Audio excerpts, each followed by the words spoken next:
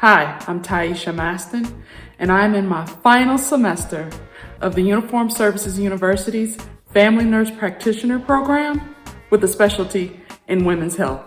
And today, I'm going to provide you with 10 things I wish I had known before starting my third year or phase 2, the clinical portion of this doctoral program. If you are a first or second year Uniformed Services University student, let me be the first to say congratulations. You should be commended for making it thus far. This is not an easy program to get into. You represent the best of the best in the armed forces. That's something you should be proud of. And don't let anyone ever put doubts in your head as it relates to that. You should be very proud of where you are right now. Now that you're in your third year, you can kick back, relax, take some time to yourself. You've got nothing to worry about. You can catch up on that partying that you missed out on. Wrong, I am just kidding. No, do not let up off the gas just yet. That leads me to number 10. Don't let up.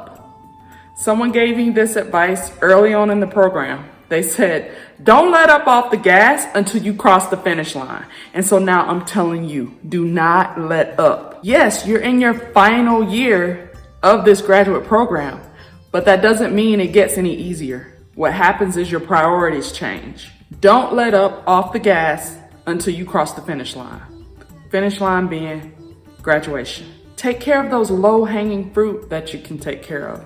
Those little easy assignments that you can knock out, go ahead and knock out some of those, because let me tell you, life happens and you don't want anything to get in the way of you making it to graduation. Now that you are going into phase 2 of this program, you not only have to meet the expectations of your service, but you also have to meet the expectation of the local command. And not to mention, you still have to meet the expectations of the Uniformed Services University. So keep that in mind when you go into phase 2. Don't let up.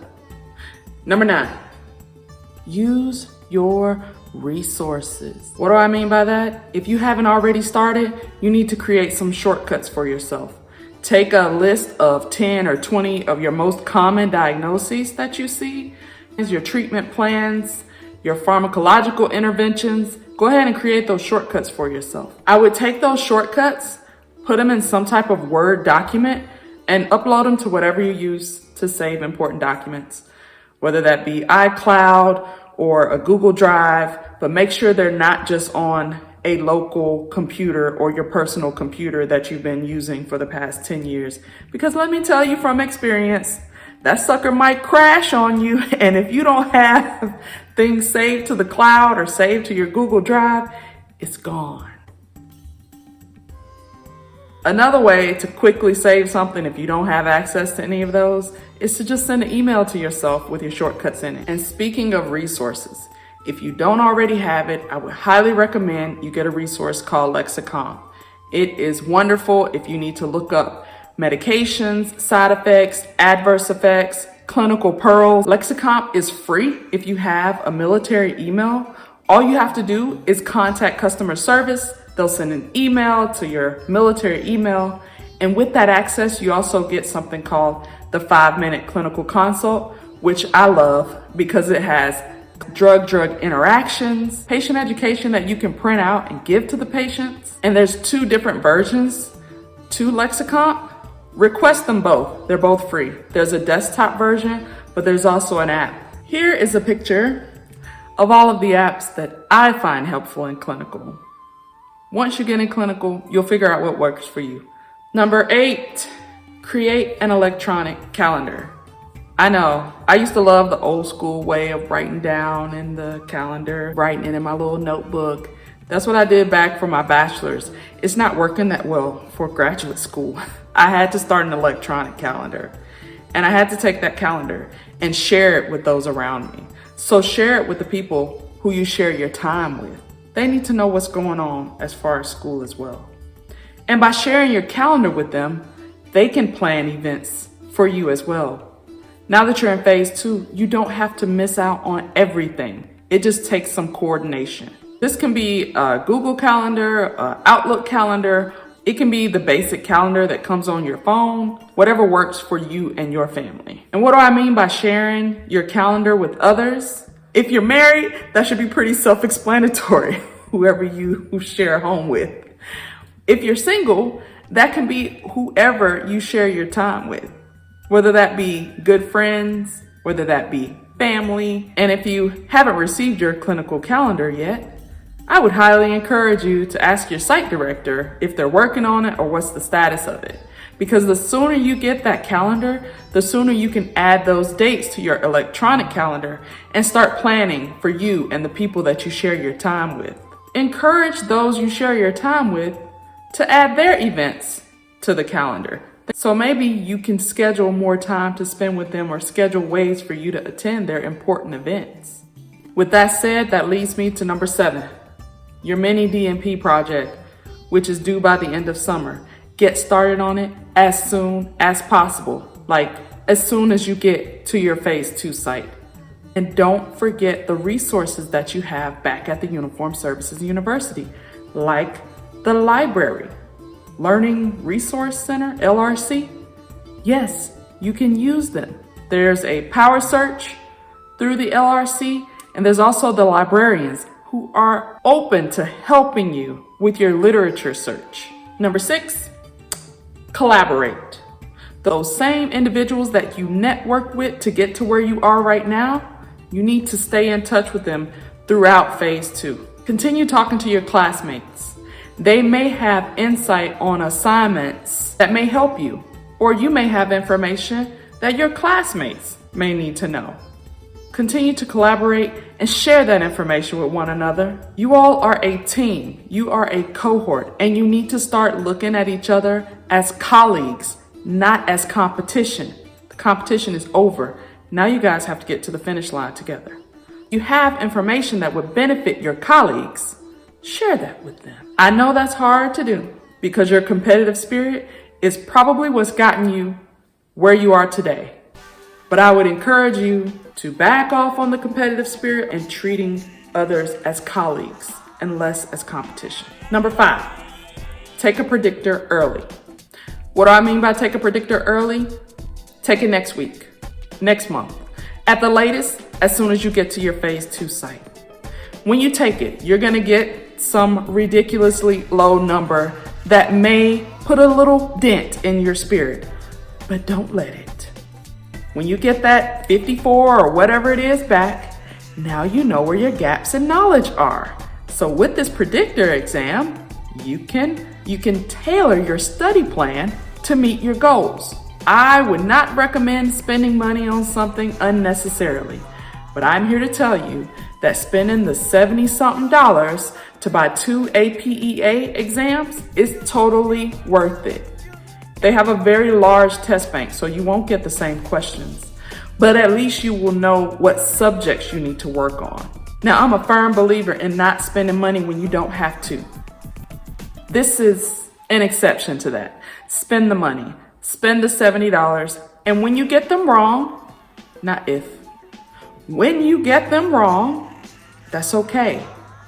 Go through the rationale and learn why you got that question wrong. That brings me to number 4. The materials I wish I had known about prior to phase 2. The review materials for success. Success meaning on the certification exam. There's only 2 things that you need. You need APEA and you need Leik. APEA is not free, but I guarantee you, if you reach out to someone in the class ahead of you, they no longer need those resources and would be happy to share them with you. Number 2 is Leik. The Leik book is provided free of charge through the LRC. Therefore, go online, do a power search, and pull up the Leik book free of charge. Study APEA for your mock boards, and then when you're ready to take the actual exam, just study Leik. There are so many other resources out there, and I'm telling you, I may have even spent a little money on them. But I am here to tell you, you only need 2 resources and you may be able to get both of them free. Now, the way I like to study these resources is I like to watch a video on it, then read about it, then do some questions on it. That's what works for me. Find what works for you and implement that. Well, I better not make any guarantees. Now, I'll go ahead and guarantee that you will pass the exam. And if no one from the class ahead of you is willing to share those resources with you, reach out to me on Global. You'd be surprised. People are willing to share. 1, because they no longer need it, and 2, because they want to get rid of that trauma from studying for this stuff. I'm just kidding, it's not traumatic. Well, maybe it is a little traumatic. I digress. Number 3, keep a strong foundation. Let your significant other know what's going on with you and include them in decisions that may impact them. Remember, happy spouse, happy house. And if you're single, be single, but social. You have to have some form of an outlet. Number 2, if you're doing the dual certification, realize dual certification equals dual work. I am not in any way discouraging you from getting the women's health certification. That means 2 mock exams in the summer, 2 mock exams in the fall, 2 mock exams in the fall, and then 2 certification exams. I don't know why that wasn't in my head prior to signing up for the dual certification, but I got it together now. And I'm letting you know ahead of time. Just be ready for double the work.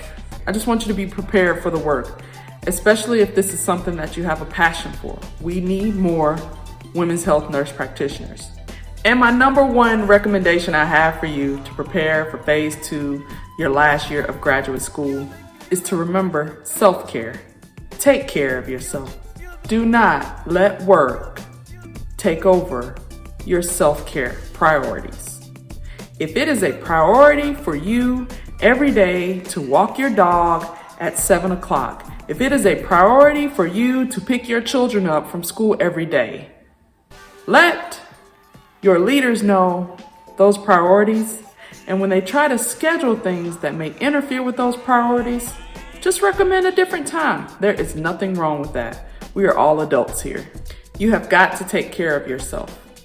You can do all the schoolwork you want, but if you fall out of height weight standards for the military, you're putting your career at risk. Now you're unhealthy. You're smart, but you're unhealthy, and that may make you unfit for continued service. I am not a believer in balance. I'm a believer in priorities, and those priorities can change from day to day, hour to hour, minute to minute. But you always need to keep yourself as the number 1 priority. As long as you strive for perfection, you will always fall short. So just take care of your health and well-being. Don't strive for perfection. There's no such thing. And remember that you're here because you want to be here. And when you get discouraged, try not to look at what's happening right in front of you.